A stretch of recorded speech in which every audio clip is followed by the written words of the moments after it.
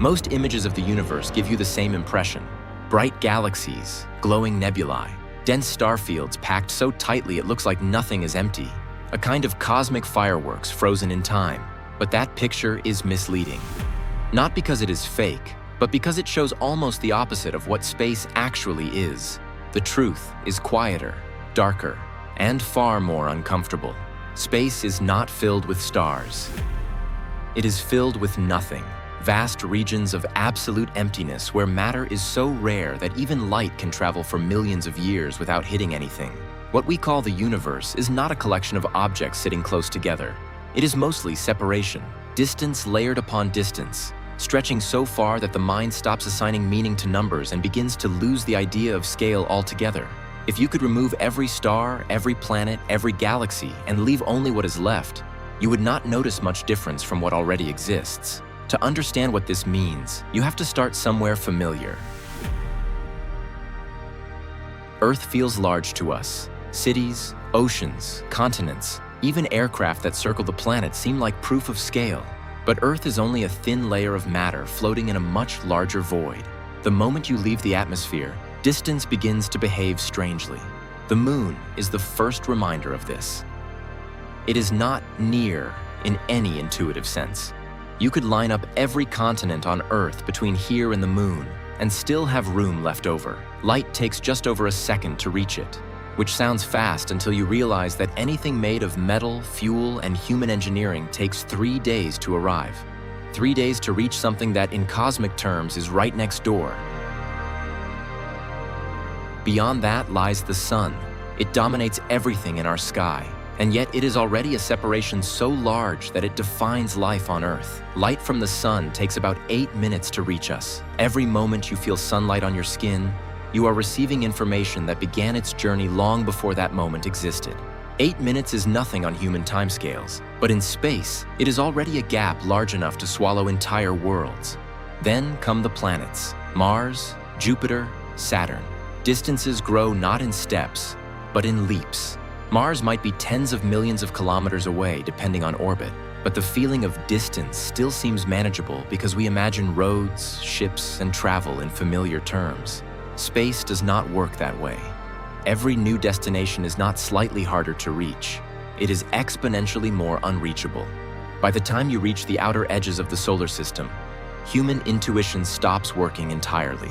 Pluto, once considered the final planet, is so far away that sunlight becomes faint and slow to arrive.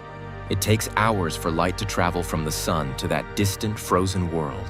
And even Pluto is not the boundary. It is just a small landmark inside a much larger structure. Beyond it lies a region so distant and so poorly understood that we have never directly seen it. The Oort cloud, a theoretical shell of icy objects stretching outward for what might be a full light year from the sun. A light year is the distance light travels in an entire year. At speeds no spacecraft can ever match, this region is still effectively unreachable. The fastest human-made object would take tens of thousands of years just to cross it. Think about that carefully.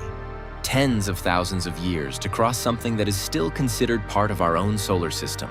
At that point, distance stops being about travel and becomes something else entirely.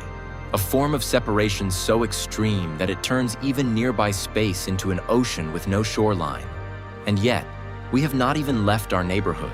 The nearest star to the sun is Proxima Centauri. It sits just over 4 light years away. In cosmic terms, this is close enough to call it a neighbor. In human terms, it is an impossible destination. If you traveled there using the fastest spacecraft we have ever built, the journey would take tens of thousands of years. Not generations, not centuries, tens of thousands of years. Long after civilizations rise and fall without any awareness that the journey ever began. And when you finally arrive, if you ever did, you would not find a welcoming destination. You would find another star system separated by the same kind of emptiness that exists everywhere else. One star, then nothing, then another star. That is the structure of the galaxy.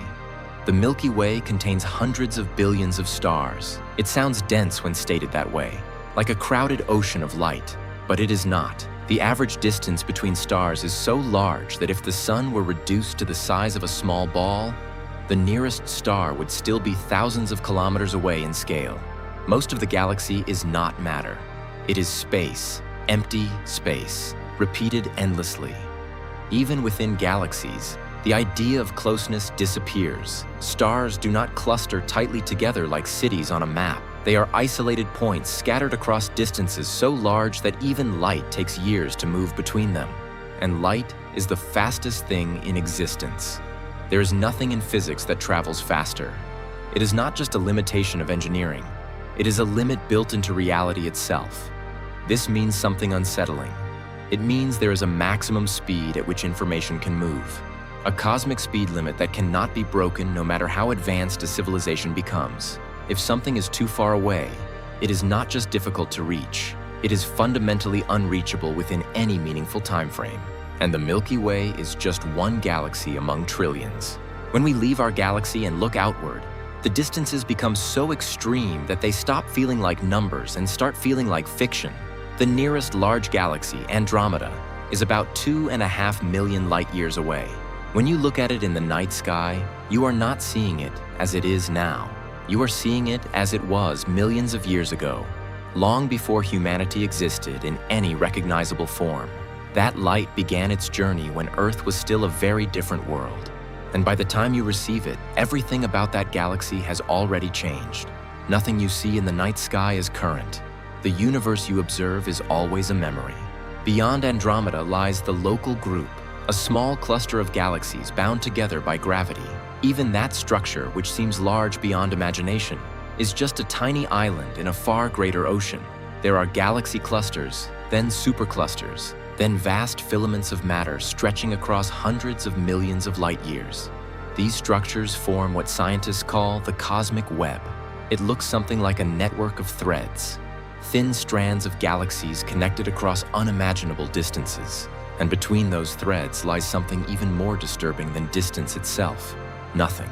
Gigantic voids where almost no matter exists, regions so empty that if you placed a galaxy inside them, it would appear completely alone, with no neighbors for hundreds of millions of light years in every direction. Some of these voids are so large that they challenge our understanding of how the universe formed. They should not exist in the patterns we expect from physics, and yet they do. In those regions, space is not just empty in the poetic sense, it is empty in the literal sense. No stars, no galaxies, almost no atoms, just vacuum stretched across distances so large that they become difficult to describe in any human language. And still, even that is not the largest structure. There are filaments in the universe so vast that they stretch for billions of light years. Chains of galaxies linked together across distances so extreme that they begin to question the idea of structure itself. At some point, the universe stops looking like a collection of objects and starts looking like a pattern of separation. Everything is far from everything else, and the deeper you look, the more disturbing another truth becomes. The universe is not static. It is expanding. Space itself is stretching. Not galaxies moving through space, but space growing between galaxies. This means that the farther away something is, the faster it appears to recede from us. And beyond a certain distance, objects are moving away faster than light can travel toward us. This is not a violation of physics. It is physics itself. Light still obeys its rules, but space expands faster than light can cross it. As a result, there are regions of the universe that are already leaving our reach. No signal we send will ever arrive there. No information from those regions will ever return to us. They are not just far away, they are becoming permanently disconnected. Over time, this effect will continue. In the distant future, galaxies outside our local group will drift beyond the observable horizon. A future observer looking at the sky will not see a vast universe filled with countless galaxies. They will see only darkness between isolated stars. No evidence of a larger structure. No sign that anything else ever existed beyond their immediate cosmic neighborhood. A universe that appears small, not because it is small, but because everything else has moved away. And that is the final reality of distance in space. It is not just a measurement.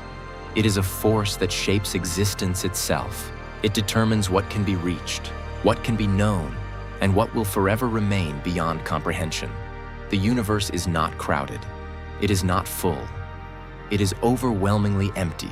with islands of matter separated by distances so extreme that even imagination begins to fail. And we exist on one of those islands, looking outward into a darkness that is not just space, but separation itself.